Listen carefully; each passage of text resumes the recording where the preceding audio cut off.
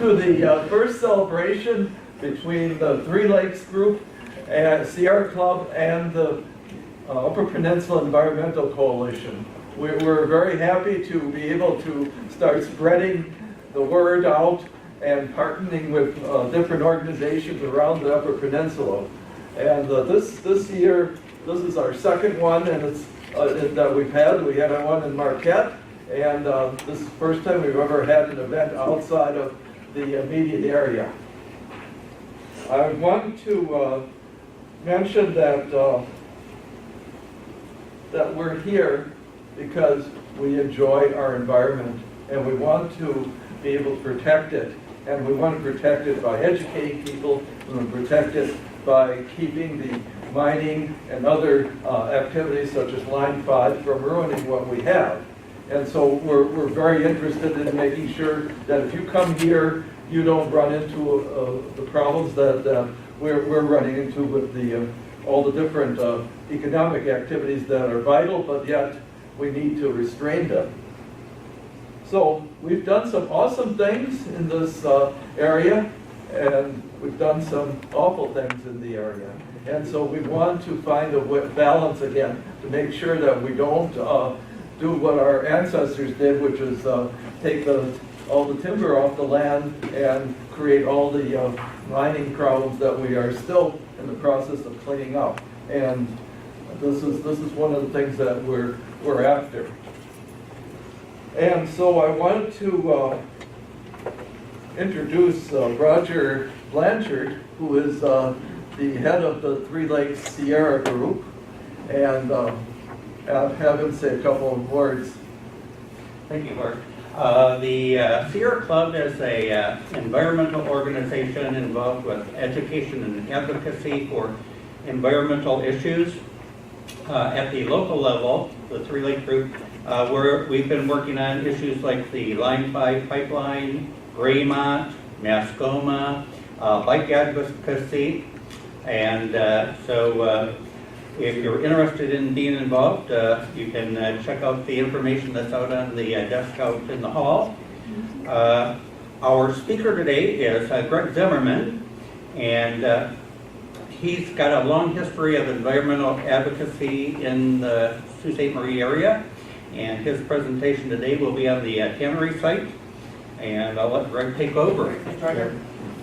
Before we start, I wanted to remind you that there are events after the day is over at 4 o'clock, and you're able to sign up for them with our person here, our independent contractor, Greg Brown. He's done a great job for us. These are out on the table in front for the 3 free activities, and then the bicycle trip can only take up to 12 people, so you're welcome to sign up for those. I'm going to make a quick announcement too. I'm Dave Aho, and I'm with the planning committee for this event. All the events are going to be in these 3 rooms, so we'll either be in here or these 2 rooms. The schedules are all posted. You'll look in your program, and in the front there's a brief description so you can plan your day, and then as you go further there's a more detailed description as to what each of them will be in reference to, and then there's biographies for the presenters, and then the after activities events are on the very back page. So, and also please don't miss the very back cover, because there's some donation forms on there, so we would really appreciate you looking at those as well. So anyway, but just please enjoy your day. I hope you all have a very good day, and we learned something, all of us. So thank you for coming. And if you want to stay here through the day, lunch will be available at the what is the name of the cafe? The quarter deck. Okay. That's upstairs here also. Right here. Yeah, just right down the hall here. Obviously, since we're offering a free event, we can't offer a free lunch, because there's no such thing as a free lunch. So, and they're going to have some special foods for us as well. Yeah. They've got some whitefish, and they're going to do some pasties and some, I'm not sure what else, but they're trying to do some more local, regional kind of stuff. So, for us. And so if you have any questions, go out to the front table and talk to Greg, and he can direct you, or if he doesn't know, he'll find out Okay, the students Who have are the meeting answers. along the Students will be eating in there as well. Yep, we'll all be in there as a group, so. Opposite Yeah. students, They have awesome, they have excellent food, so it won't be disappointing. I think it's like $8.75 or something for lunch, something like that. All right, great, thank you very much for being here, and we'll let you get started. We're going to try to finish around 9:30 or 10:30 for this talk, so that we stay on schedule, which is always an interesting challenge. Thank you. I have some prepared remarks, of course, but I have to also just mention, I'm a relative newcomer here. I've only lived here 22 years. And I have a UPEC sticker on the back of my car that people, but every time we had to cross the International Bridge, or especially the State Bridge, having moved here from a semi-arid part of the country, the east slope of the Rockies in western Kansas, I just wonder about all that water. That's just so cool. And I would like to take some of my students out west where water is such a precious commodity and have them see what it's like to live in a place where water is like we shouldn't turn on our taps and wait till the water gets really nice and cold before you go to class, or turn on your shower and then do something while it gets hot. Out west, we don't do that. And so, yeah, don't take the water for granted. So thanks to the organizing committee for putting this event together. Over my work here at Lake State, I've put events like this together. This is actually a pretty good turnout, so good job. We need to have more events like this. The St. Mary's River Fest that was earlier this summer. There's all kinds of opportunities to get people together, especially get down on the river and have fun down there. So yeah, take advantage of the things this afternoon if you're able to. So I'm glad to share a little of my experience with trying to enhance the environment of the river.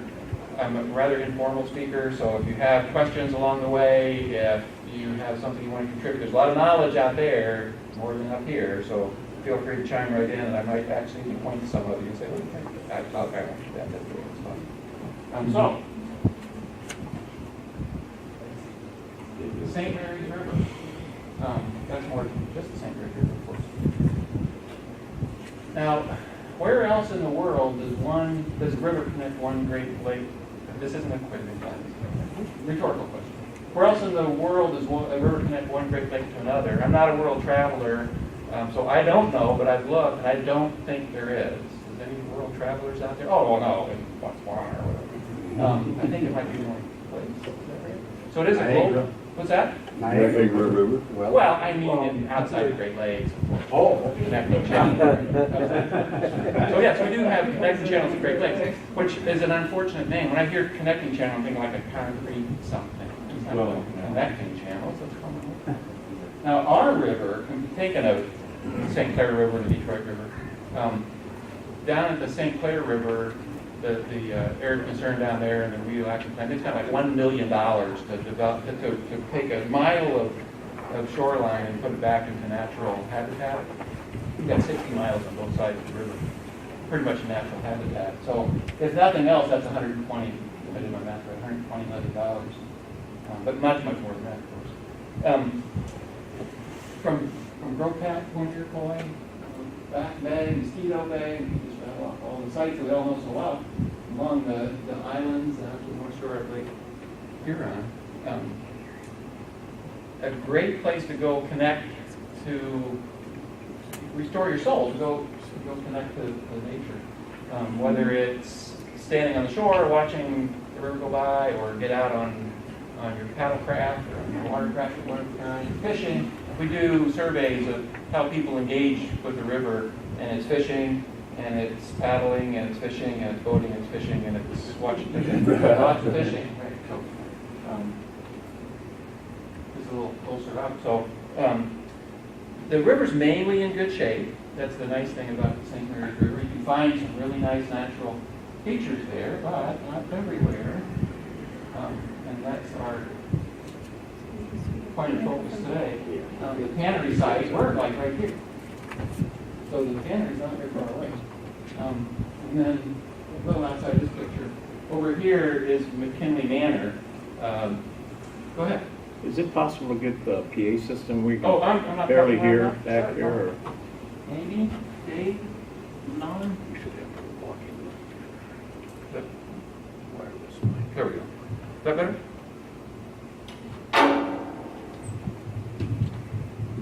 Does that work better?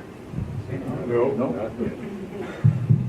It's on. It's on, it needs You gotta hold it in your mouth. Have to talk closer. Higher.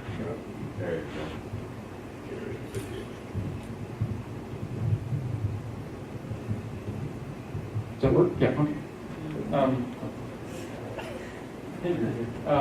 So the Tannery site, we're like over off the right-hand side of the picture, like I mentioned.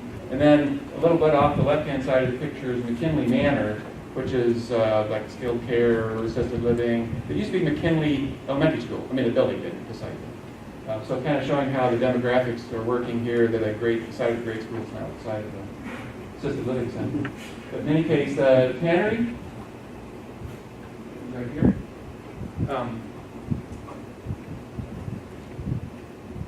Was one of the Sioux's core industries, along with the Cadillac Sioux lumber, the carbide, and the woolen mill. Big industries in Sioux. And if you haven't had a chance, go over to the Kemp Industrial History Museum over on Water Street, where the historic houses are, and they've got some nice displays about the history of some of these economically important parts of the Sioux.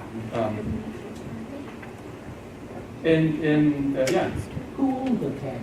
We'll get to that. Okay. Yes, that's what that would. Thank you for leading into my next topic. So, a lot of towns, back in the late 1800s through the early 1900s, had tanneries because they had local meat processors, slaughterhouses, and they would take the hides and produce leather. And so Sioux had one, Petoskey had one, Manistee had one. Well, as the industry consolidated and mechanized and capital requirements for running a plant like that got higher, you had to have economies of scale. A lot of those other tanneries, they only had like 20 people, very manually intensive kind of thing. And they went out of business. But the Sioux tannery, the Northwestern Leather Company was the name of it, that's who owned it, kept going. And they hired a lot of people and put a big plant up. There we go. So that's what it looked like. This is a big building. I hired lots of people. The Algonquin neighborhood, my understanding anyway, was the Algonquin neighborhood. Lots of people working in Tannery. But what that led to is that sign says restricted area. If you go down there, you'll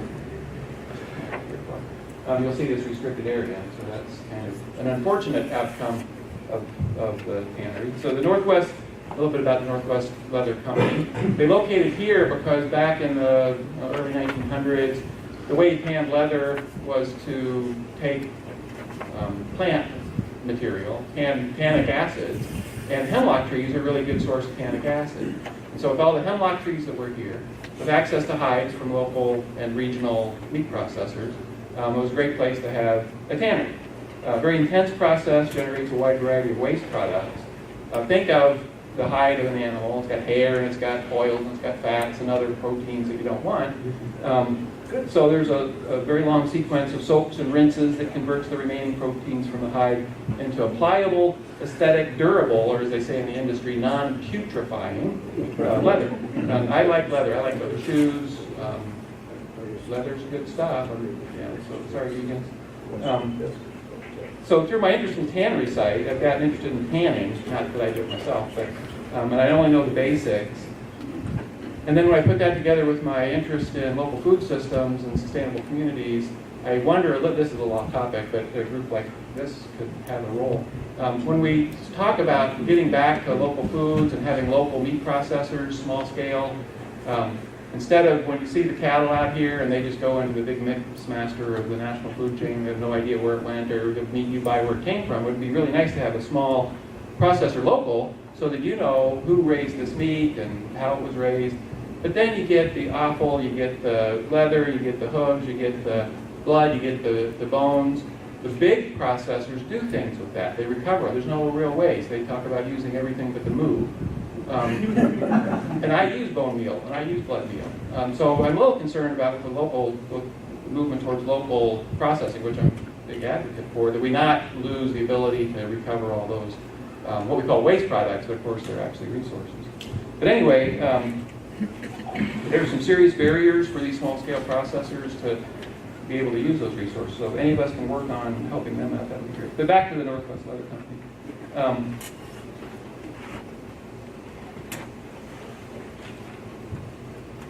And I think it was about the 1930s, the leather industry changed away from what we call vegetable tan, where you're using the plant-derived tannic acids, to what they call a chemical tan. And nothing makes a better leather than chromium. That's just what makes the strong, durable, great leather. So the Northwest Leather Company switched to using chromium for their process, for their chemical tan. Now think about that in the 1930s. Worrying about waste was not really a thing, right? The river was there to dump stuff into. And it's, nowadays we're like, how did you not know that was a bad idea? But back then, that's just kind of the way it was. And so there were three large pipes that just conducted all of the oil, the greases, the hair, the chromium, right into the river. There's about 6 tanneries left in the U.S. That's how the leather tanning business has shifted. And I think one of them does a vegetable tan for people who might want that. But the 6 leather tanneries that are left in the U.S. Do a remarkable job of recovering all the chemicals, because that's a resource. But it is inevitable that there's going to be some loss. Now, a lot of the leather, of course, is done in developing countries that don't have strict environmental regulations, and they're still maybe not quite as bad as Northwest Leather, but yeah, they don't recover the chromium and the greases and oils and hair. But anyway, here's a large company, major industry in Sioux. Cadillac Lumber, I guess, where's Bernie? Said I was going to pick on people. What's that? Oh, Cadillac Sioux Lumber was like just to the east of the tannery? Got where the industrial incubator is. Oh, okay, all right, thank you. Didn't mean to put you on the spot, but I did. And they were dumping sawdust into the river. That doesn't sound quite as bad as chromium. And then a manufactured gas plant was down where MCM Marine is, and that was a recent cleanup activity that went pretty well. And then, of course, the carbide, huge employer, and the line piles have been remediated. Okay. When I went to the final meeting of the closure of the carbide site, about the only people who attended the meeting were former carbide employees who were like, we built that hill. Okay, well, each of those has their own environmental history and environmental restoration stories. And there's a lot of success in environmental restoration here in Sioux. The tannery specifically, in the 50s, due to changes in the economy and globalization and that kind of thing, they were no longer able to stay in business, and so they closed up shop and essentially abandoned the property. And I get kind of interested in all the 2 degrees of separation things, mergers and acquisitions and companies coming and going. Apparently Five-Warren Limestone, a subsidiary of Algoma Steel, bought property adjacent, part of the property. And then when the tannery went all the way out of business, another subsidiary of Algoma Steel, Cannleton Industries, which operates coal mines, bought the rest of the property. They didn't really want to buy a former tannery and inherit all those problems, but they wanted the property. And I had found something in the newspapers from the early 60s. Congratulations, Cannleton Industries, your new building. And do you know anything about that, Bernie? No. Yeah. I don't. They put a building up somewhere anyway. So that Cannleton didn't end up doing anything with the site. And the building, the big building, that big building burned down, and they pretty much just abandoned the site. And some of you that have been here longer than I have been, maybe you've heard of Hairball Beach. That was what this one's called. And there were spot fires that would pop up from the oils and the greases and the hair. And something about rats of unusual size. I don't know much more about that. And There were unusual animal sites. unusual animal sites. Okay, go ahead. Okay, what year was the fire?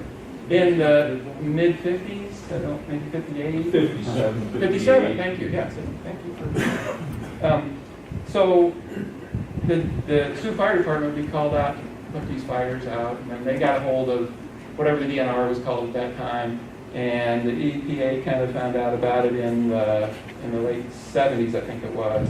And then the EPA got a little bit more involved in the 1980s, and that's about the time of the Superfund, the National Priority List, CERCLA. Through the EPA, there was a pot of money to restore sites that the property owners didn't have the resources to do. Now, let me step back a second and talk about these other sites in town. The carbide got bought out by Dow Chemical eventually, and that was all funded by Dow Chemical and, well, Carbide and then Dow Chemical. So as the owners of that site, they paid for that. MCM Marine, I think there was maybe some legacy money, Mike, for the manufactured gas plant, but Consumers Energy, which had owned the property at the time, paid a lot for that cleanup. Hamilton Industries was bought by, I think, Amax Coal, which was bought by Cypress Mines, which was bought by the copper company. My mind, I have it written down here. Phelps Dodge, sorry, Phelps Dodge. And then Freeport McMoran is now the company with all kinds of Cypress Mines, which, by the way, Harvey Mudd College was the founder of Cypress Mines, so we get these connections to things you've heard of. But in the 1980s, it was Cantleton, and as the property owners, they of course inherited the responsibility for cleaning it up. They didn't have the resources. I even found a court proceeding where they were trying to say it wasn't us, our insurance company should pay for it, insurance company wouldn't pay for it, the court's like, no, you have to pay for it. So they didn't have the resources, and so under this Superfund set of money, the federal government could then come in and assist with it. So now it's kind of a complicated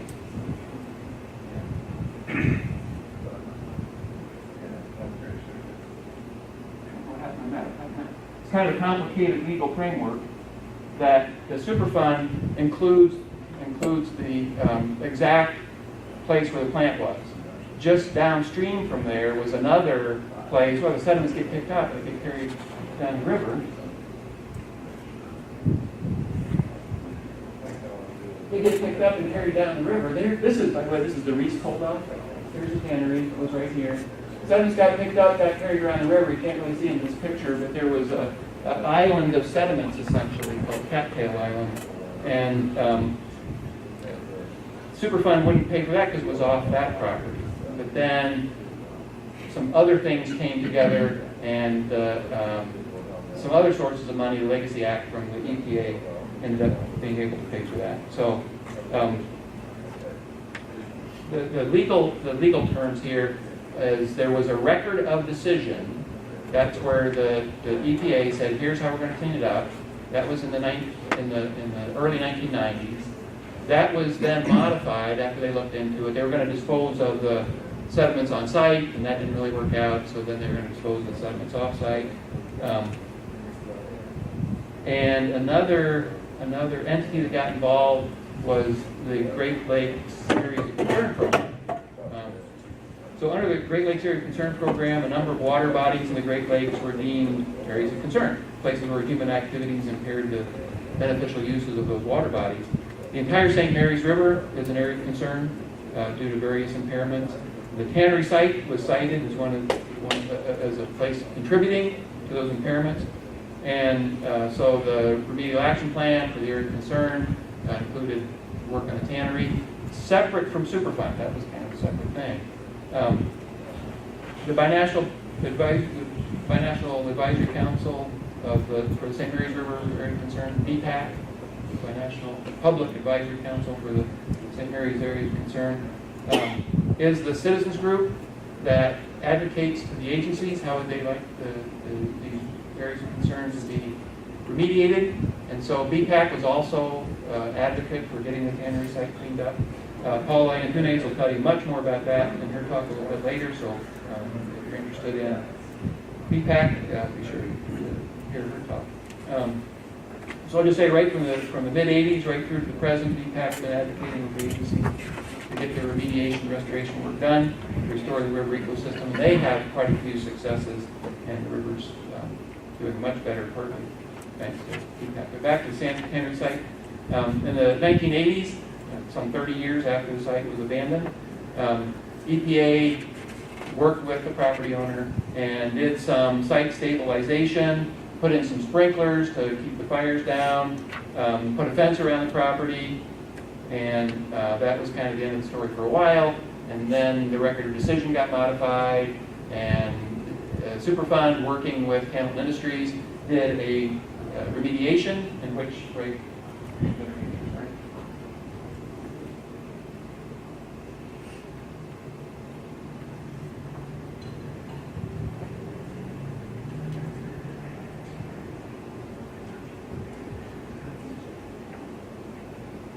so right here, the tannery was here, and the offices and the plant were here, and the pipes ran right here. And this is called the barren zone.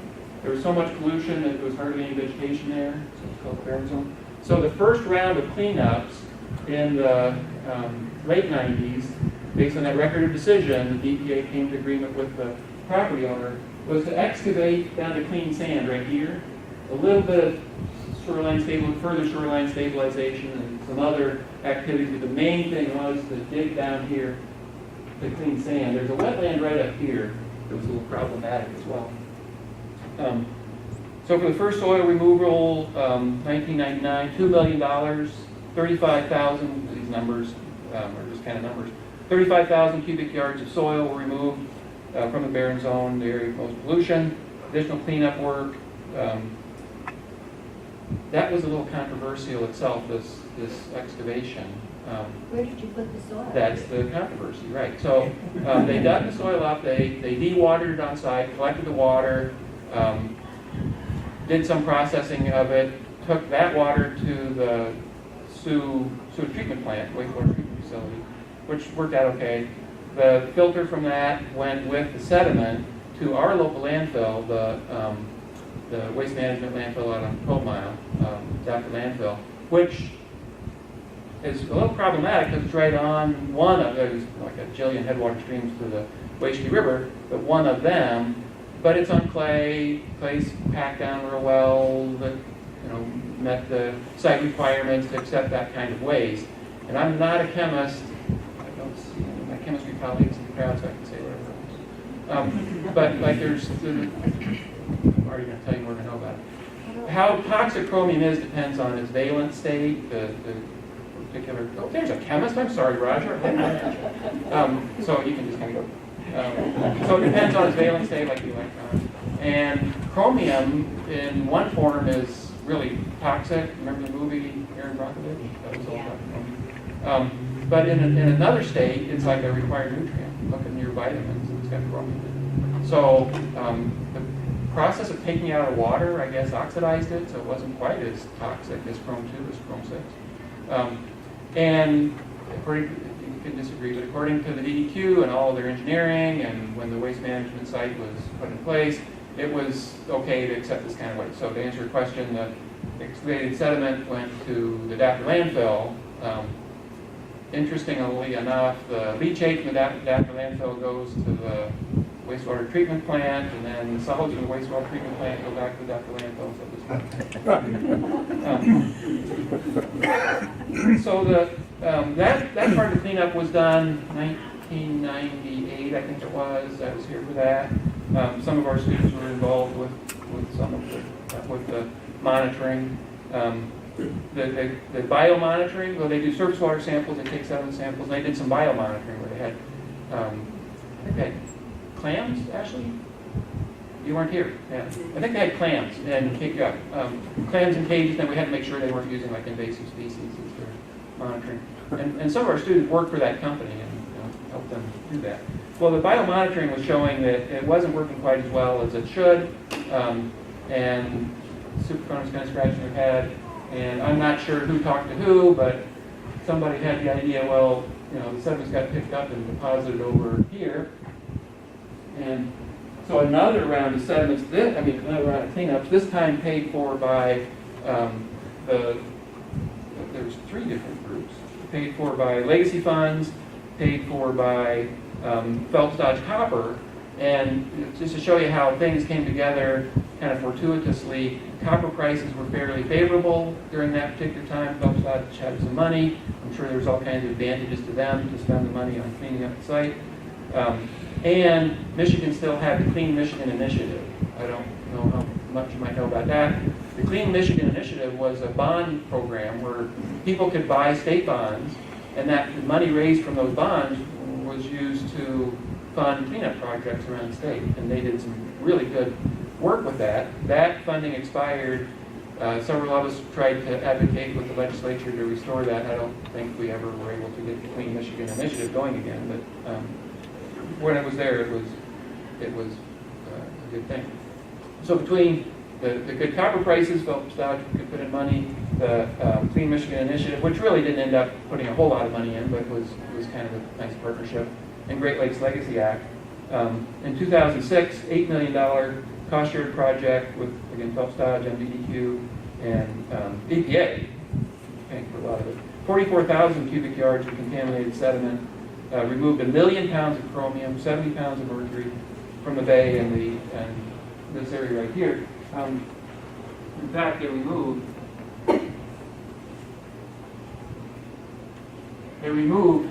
this item.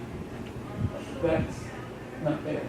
That's not because of the water level change, which it did, but they removed that item. And in fact, the company, go ahead.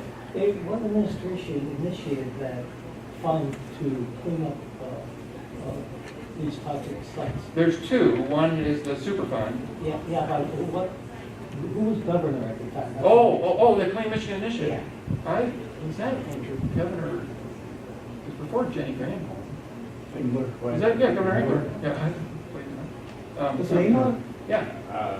Yeah, right. Wow.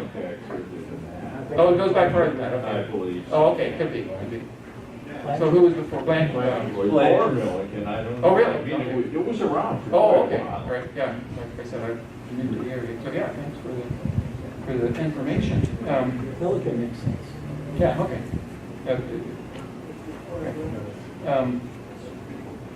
They were kind of pleased with the work, which is great. And in fact, their consultant put in a boardwalk. There used to be a little boardwalk right here.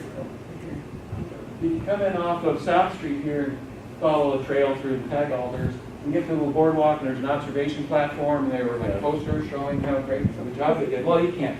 It's hard to maintain. That's all gone now. Yeah, they can't maintain a boardwalk like that very easily, so they pulled all that out. But for a while, it was kind of cool to go back there with classes and see what all was done.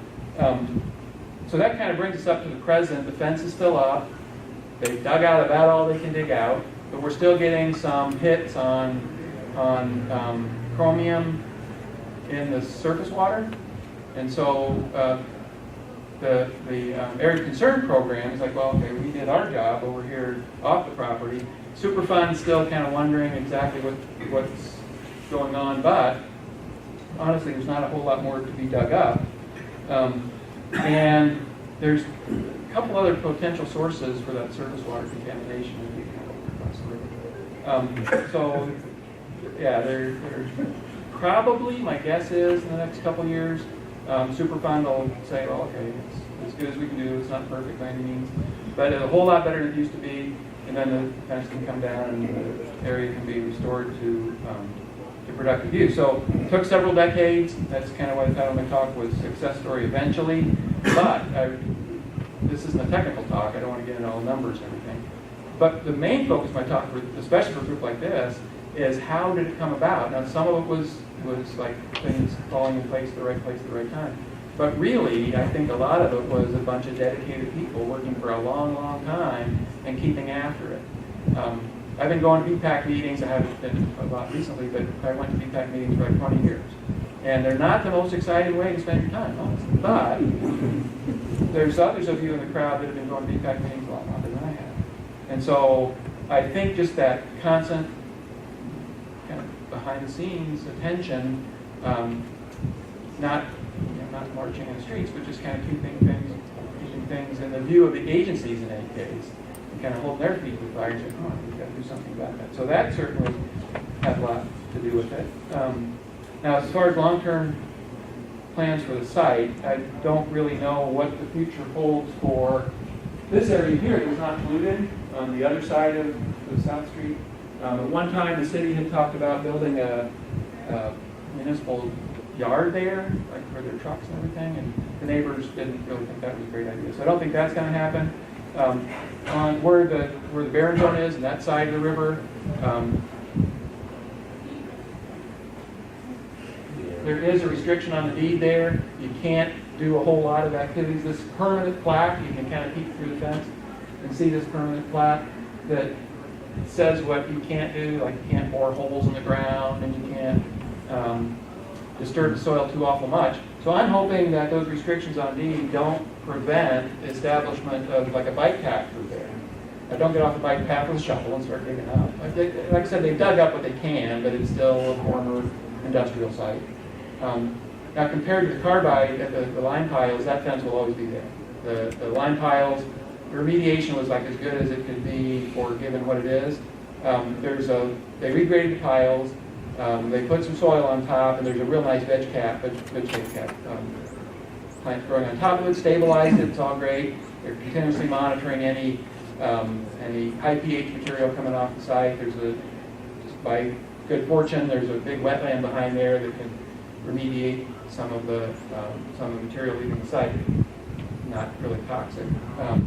But that fence has to stay up, because if you just got this much topsoil over the top of a big pile of calcium hydroxide, then that's not a real safe thing for people to get in there. This site is a lot, the stuff was removed. So I'm not an engineer, I'm not anything like that, but it seems to me we could put a bike path through there and connect Sherman Park and Ashman Bay.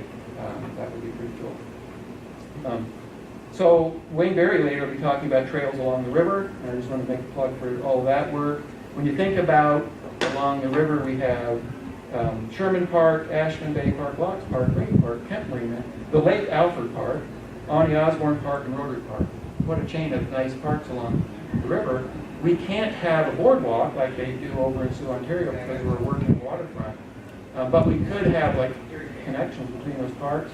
You could get on your bike right now and ride from park to park. Some places are not quite as bike friendly as they could be, and Roger's group, Bike Friendly Sioux, is working on that. So on the land side, the bike path through there would be pretty cool. On the water side, of course, you can paddle there right now. Be careful at where Ashman Creek comes out. But, there's the water trails. I just want to make a plug for everybody. There's the water trails along the St. Mary's River, as well as the whole Great Lakes water trails. And you can go out this afternoon and go paddling. And I put together, with BPAC, put together a script that if you're paddling along from Sherman Park to Ashman Bay Park, it kind of explains some of the environmental history there. And then if you're paddling around Rotary Park, explains some of the environmental history there. And I think Ken Hopper's group has a copy of that script, and I'll make sure BPAC gets it on their website.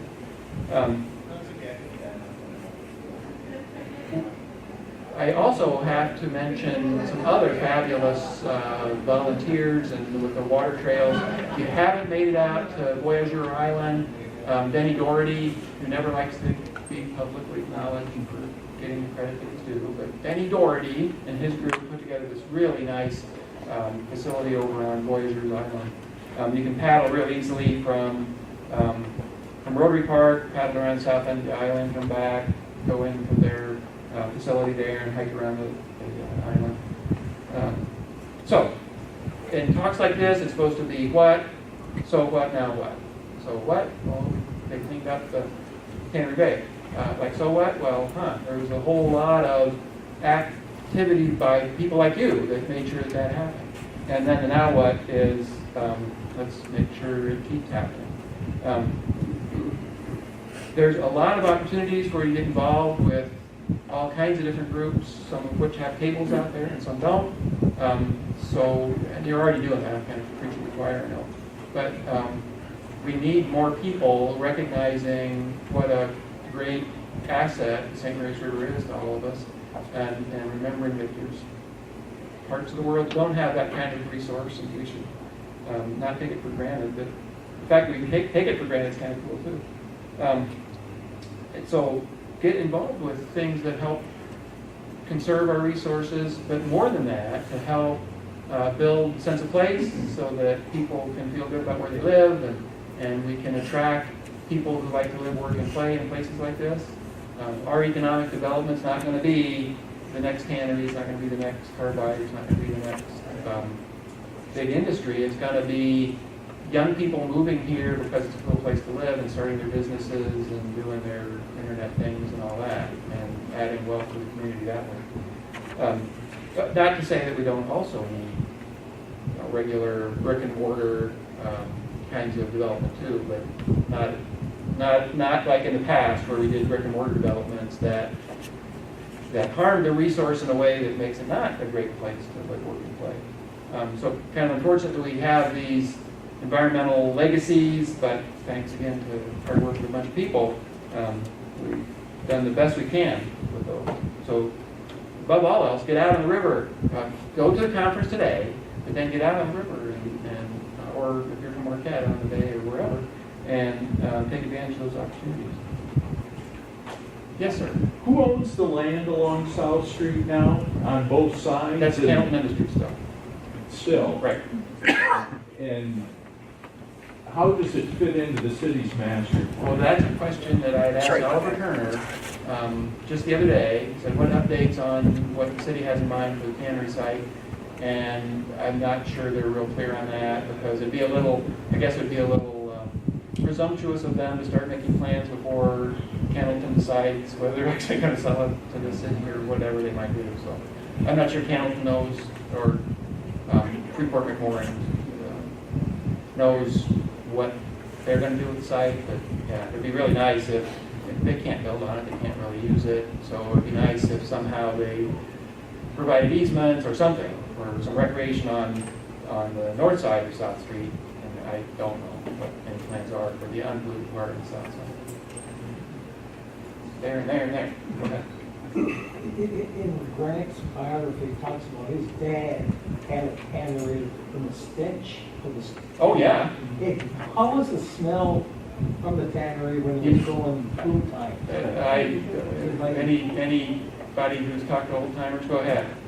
Well, basically, the source that I have looked up on 14, she was the woman that worked in the tannery, and the conditions were not very friendly. Oh, sure. A lot of people got sick. A lot of people got sick, and a lot of people got directly sick because they put their hands in it. They didn't have any protective Before OSHA and all that. environment, and so yeah, it was not a friendly environment at all. And, yeah, go ahead. I have a question about the water for the city. I've heard there's a connection between where the city gets the water pumped from is near that area. It's pretty far upstream. It's at Sherman Park, so near-ish, but way Well, upstream. what I had heard was that Sault Ste. Marie, Ontario decided that that was a high level, so they moved theirs down way past by Brinley. Oh, maybe. Yeah. And then there was talk of possibly doing the same thing on the U.S. side. Oh, yeah, our water intake's way upstream. But speaking of water intake, I always have to make a plug for the old pumping station.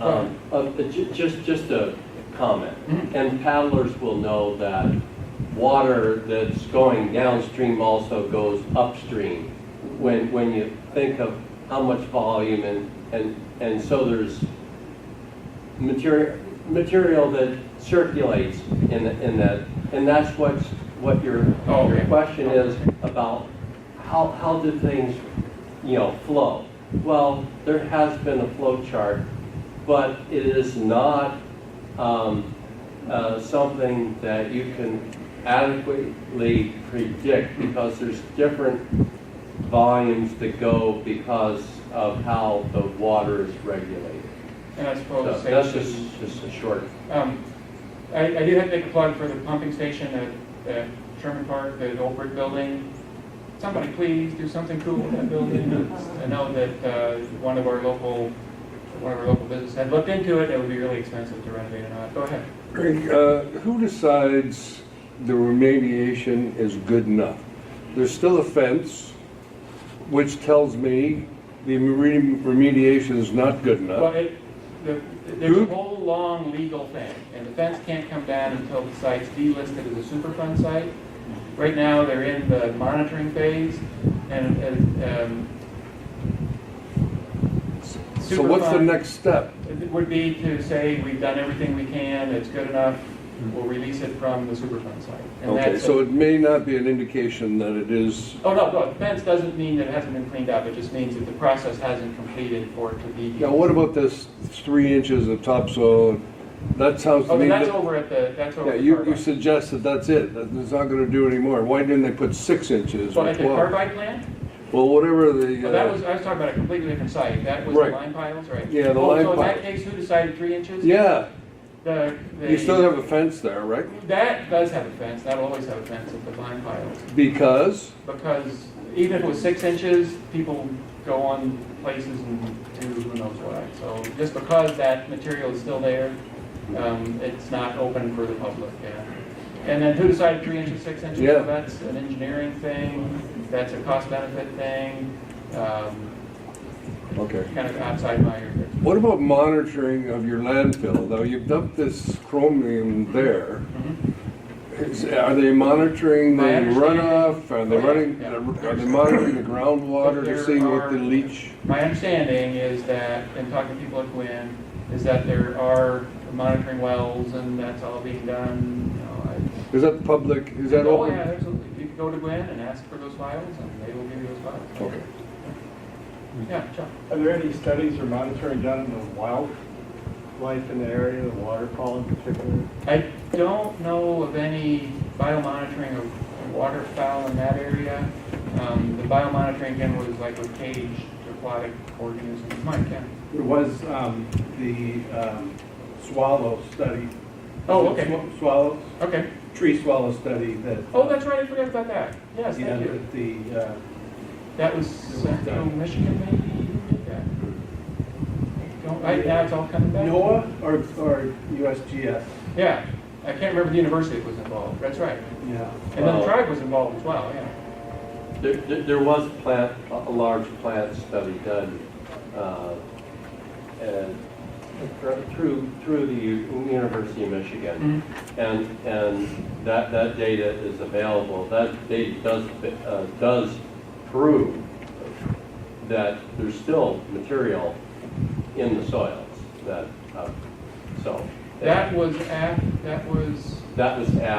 actually, that was I think it was before the excavation. before the excavation, but there hasn't been a follow-up Right, there, of that size. well, that's right. The monitoring now is surface water and sediment, not your plant material. Yeah. You mentioned 2 possible sources of, additional sources of chromium. What would they be? Maybe the steel mill. What maybe is that? the Steel mill, I can't say, maybe. The Reese coal dock, I don't know how much coal is on the, or it probably would still be there and washed out. My other question is, there were old apple trees in that area, and I just wonder about, I know there's a fence, but the whole area was affected, I believe. So I wonder about people that are still picking apples, and I saw people picking June berries, and you know, I'm wondering what's in the soil and what people might be exposed to still.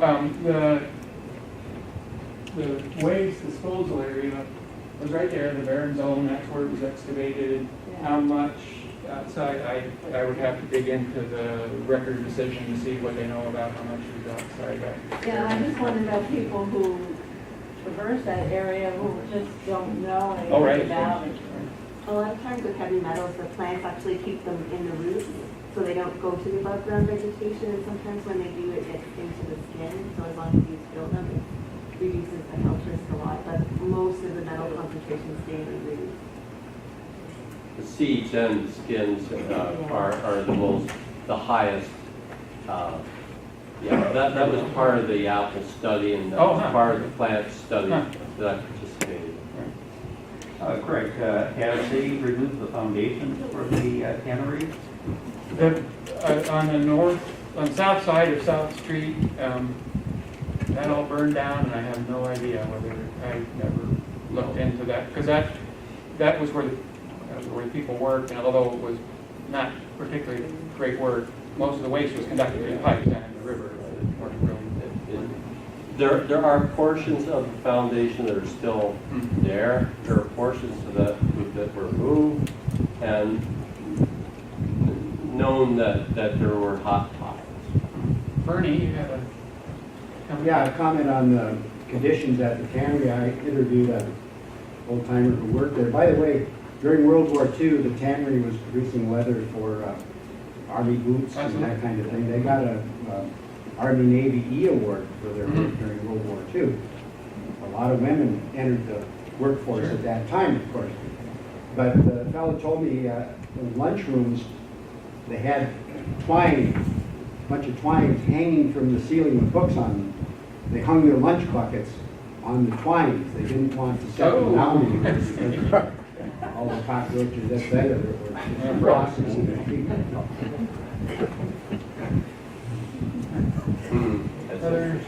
So yeah, it's, I want to make a comment, and I found out in the Flint marketplaces, the EPA has a lot of pushback when they strong arm too much.